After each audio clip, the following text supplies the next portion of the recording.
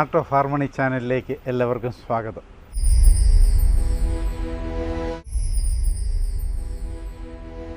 ഇടവകയിൽ ഒരു നവീകരണം കൊണ്ടുവന്ന ആദ്യത്തെ ധ്യാനം നമ്മുടെ ലയോ അച്ഛനും പിന്നീട് ജമ്മു കാശ്മീരിൻ്റെ ബിഷപ്പായി തീർന്ന ഹിപ്പോളിറ്റസ് കുന്നങ്കൽ പിതാവിൻ്റെ അച്ഛനായിരുന്നപ്പോഴത്തെ ധ്യാനമാണ്. ആ വാർഷിക ധ്യാനം തുരുത്തി ഇടവകയിൽ നടത്തപ്പെട്ടത് ഞാൻ ഓർക്കുന്നു. അന്ന് ധ്യാനത്തിൻ്റെ സമാപനത്തിൽ അഗ്നിക്കിരയാക്കുന്ന ഒരു ശുശ്രൂഷ ഉണ്ടായിരുന്നു. എന്തൊക്കെയാണെന്നറിയാം? കള്ളപ്പറ, കള്ള നാണയങ്ങൾ, കള്ള രീതിയിൽ ഉപയോഗിച്ചിരുന്ന ബ്രാസുകൾ, ഇതെല്ലാം കൊണ്ടുവന്ന് തീ കൂട്ടി അഗ്നികുണ്ഡത്തിലേക്ക് ഇങ്ങനെ വലിച്ചെറിഞ്ഞുകൊണ്ട് അതിന് ചുറ്റും നടന്നുകൊണ്ട് ഞങ്ങൾ ഉൾപ്പെടെ ആ പാടിയ പാട്ട് ഞാനിപ്പോഴും ഓർക്കുന്നു. ഞാനും അന്നൊരു പയ്യനാണ്, മുഴുവൻ ഓർക്കുന്നില്ല. അത് തുടങ്ങുന്നത് ഇങ്ങനെയാണ്, സങ്കീർത്തനത്തിൽ നിന്നുള്ള വാക്യമാണ്. 1000 വെള്ളി നാണയത്തേക്കാൾ അല്ല സ്വർണത്തെക്കാളും മേലും ദൈവമേ അങ്ങേ നാമം ഞങ്ങൾ അട്ടിപ്പാടുന്നു ദൈവം. ഏകദേശം ഇതുപോലൊരു പാട്ടായിരുന്നു.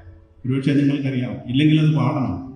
1000 വെള്ളി നാണയങ്ങളെക്കാൾ സ്വർണത്തെക്കാൾ എല്ലാം ഉപരിയായിട്ട് ഞാൻ സ്നേഹിക്കുന്നത് നിന്നെയാണ് ദൈവമേ, എൻ്റെത് പ്രമാണത്തെയാണ് എന്ന് പറഞ്ഞുകൊണ്ട് വ്യാജമായിട്ടുള്ളതിനോടെല്ലാം വിട പറയുന്ന ഒരു വലിയ ശുശ്രൂഷ. അതൊരു വലിയ നവീകരണ കൊടുങ്കാറ്റ് പോലെ തന്നെ കേരളത്തിലെ സഭയിൽ എല്ലായിടത്തും വ്യാപിച്ചിട്ടുണ്ട് ഈ കപ്പൂച്ചൻ ധ്യാനം. പിന്നീടാണ് മനുഷ്യൻ പോപ്പുലർ ധ്യാനങ്ങൾ, കരിസ്മാറ്റിക് ധ്യാനങ്ങൾ, ഇപ്പോഴുമൊക്കെ പിന്നെയും ധ്യാനങ്ങൾ പല രീതിയിൽ ഇപ്പോൾ നമ്മളെ നവീകരിച്ചുകൊണ്ട്. ഞാൻ ചുരുക്കുകയാണ്. ഈ ഫ്രാൻസിസ് അസീസി നിങ്ങൾക്കറിയാവുന്നതുപോലെ പ്രകൃതിയുടെ മധ്യസ്ഥനാണ്, എക്കോളജിയുടെ മധ്യസ്ഥൻ. ജോൺ പോൾ II പാപ്പയാണ് അദ്ദേഹത്തെ എക്കോളജിയുടെ മധ്യസ്ഥനാക്കി. ഫ്രാൻസിസ് പാപ്പ അദ്ദേഹത്തിൻ്റെ പ്രശസ്തി വളർത്തിക്കൊണ്ട് ലൗദാത്തോ സി എന്നുള്ള ഫ്രാൻസിസ് അസീസിയുടെ പ്രകൃതി ഗാനം അടിസ്ഥാനമാക്കിക്കൊണ്ടൊരു ചാക്രിക ലേഖനം തന്നെ എഴുതി, ലൗദാത്തോ സി. അങ്ങനെയുള്ള പ്രകൃതിയുടെ മധ്യസ്ഥനാണ് നാം പ്രകൃതിയെ ശരിയായിട്ട് ഉപയോഗിക്കേണ്ടവരാണ്. നമ്മൾ കത്തോലിക്കരെന്നുള്ള നിലയിൽ കർഷകരാണ്. നമ്മുടെ അടിസ്ഥാനപരമായിട്ടുള്ള ഒരു സേവനമാണ് പ്രകൃതിയിൽ നാം ചെയ്യുന്ന കൃഷി. കൃഷി എന്ന് പറയുന്നത് നമ്മുടെ സഹജമായ ഒരു തൊഴിലാണ്. അത് പ്രകൃതിക്ക് നമ്മൾ ചെയ്യുന്ന വലിയൊരു സേവനമാണ്. പ്രകൃതിയെ നവീകരിക്കുന്ന ഒരു പ്രവർത്തനമാണ് കൃഷി. അത് നമ്മൾ മനസ്സിലാക്കിയിട്ടില്ല.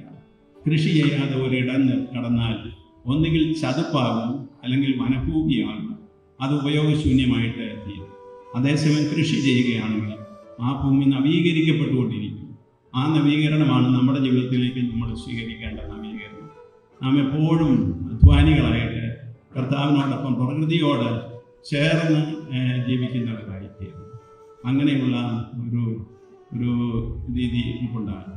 അതുപോലെ തന്നെ ഫ്രാൻസിസ് അസീസി ഈ മൃഗജാലങ്ങളുടെയും മധ്യസ്ഥനാണ്. നമ്മൾ വളർത്തുന്ന പട്ടി, നമ്മുടെ മറ്റേ വളർത്തുമൃഗങ്ങൾ, എല്ലാത്തിൻ്റെയും ഒരു മധ്യസ്ഥനാണ്, പേട്രനാണ് വിശുദ്ധ ഫ്രാൻസിസ് അസീസി. ഫ്രാൻസിസ് അസീസി ചെല്ലുമ്പോൾ സകല മൃഗങ്ങളും സ്വന്തം സഹോദരങ്ങളെ പോലെ വന്നിരുന്നു. അദ്ദേഹം വിളിച്ചിരുന്നതും അങ്ങനെയായിരുന്നല്ലോ. പ്രകൃതിയിലെ ശക്തികളെയും മൃഗാദികൾക്കെല്ലാം പേരിട്ടാണ് അദ്ദേഹം വിളിച്ചിരുന്നത്. സഹോദരൻ സൂര്യൻ, സഹോദരി ചന്ദ്രൻ, അല്ലെങ്കിൽ സഹോദരൻ കുതിര, സഹോദരി കഴുത, ഇങ്ങനെയൊക്കെയാണ് വിളിച്ചിരുന്നത്. പട്ടിയെ പോലും സഹോദരനൊക്കെ ആയി. അപ്പോൾ എല്ലാത്തിലുമുള്ള നന്മ അംഗീകരിച്ചുകൊണ്ട് പ്രകൃതിയിലും ജീവജാലങ്ങളിലും മനുഷ്യരിലുമുള്ള നന്മയെ അംഗീകരിച്ചുകൊണ്ട് ദൈവത്തെ സ്തുതിക്കുന്ന ഒരു ജീവിതമായി തീരണം നമ്മുടെ ജീവിതം. ഇതാണ് ഫ്രാൻസിസ് അസീസിയുടെ വലിയ ഒരു ദർശനം. പൂർണ്ണമായിട്ട് നമുക്ക് ഉൾക്കൊള്ളാൻ സാധിക്കാത്ത ഒരു ദർശനമാണ് അദ്ദേഹത്തിൻ്റെ. പക്ഷേ എന്ന് വരികയും നമുക്ക് ഓരോരുത്തർക്കും വ്യക്തികളായിട്ടും കുടുംബങ്ങളായിട്ടും സമൂഹങ്ങളായിട്ടും സഭയായിട്ടും സമൂഹമായിട്ടും ജീവിക്കാവുന്ന ഒരു വലിയ സന്ദേശം ഫ്രാൻസിസ് അസീസിയിലുണ്ട്. അതുകൊണ്ട് ആ ചൈതന്യം സ്വീകരിച്ച ശുശ്രൂഷ ചെയ്യുന്ന നമ്മുടെ ബഹുമാനപ്പെട്ട അച്ഛന്മാരെയും ബഹുമാനപ്പെട്ട സിസ്റ്റേഴ്സിൻ്റെയും അതുപോലെ തന്നെ ഈ അൽമായ സമൂഹ അംഗങ്ങളെയും എല്ലാം ഞാൻ ശ്ലാഘിക്കുന്നു. ദൈവത്തിൻ്റെ പേരിൽ നന്ദി പറയുന്നു നിങ്ങളോട്. നിങ്ങൾ ഈ ചൈതന്യം മനസ്സിലാക്കിക്കൊണ്ട് സഭയെ ധന്യമാക്കുകയാണ്. സഭയിൽ ദൈവരാജ്യത്തിൻ്റെ സംസ്ഥാപനം കൂടുതൽ രൂഢമൂലമാക്കുകയാണല്ലോ നിങ്ങൾ ചെയ്യുന്നത്. അതുകൊണ്ട് നിങ്ങൾ ഭാഗ്യപ്പെട്ടവരാണ്. ആത്മാവിൽ ദരിദ്രരായിരിക്കും. നിങ്ങൾക്ക് സ്വർഗരാജ്യത്തിൻ്റെ അനുഭവം ഇവിടെ വെച്ചും പരലോകത്തിൽ ലഭിക്കുമെന്നുള്ളതിന് യാതൊരു സംശയമില്ല. ഈ വാർഷിക ആഘോഷത്തിന്, ഈ 800-ാം വാർഷികത്തിൻ്റെ ആഘോഷത്തിന് പ്രാധാന്യം മനസ്സിലാക്കിക്കൊണ്ട് സാർവത്രിക സഭ അതിന് നൽകിയിരിക്കുന്ന മുഖ്യത്വം മനസ്സിൽ കണ്ടുകൊണ്ട് നിങ്ങളുടെ ഈ 800-ാം വാർഷിക ആഘോഷത്തിൽ ഞാനും സർവാത്മന പങ്കുചേരുന്നു. നിങ്ങൾക്കെല്ലാവർക്കും എൻ്റെ അഭിവാദനങ്ങൾ അർപ്പിക്കുന്നു.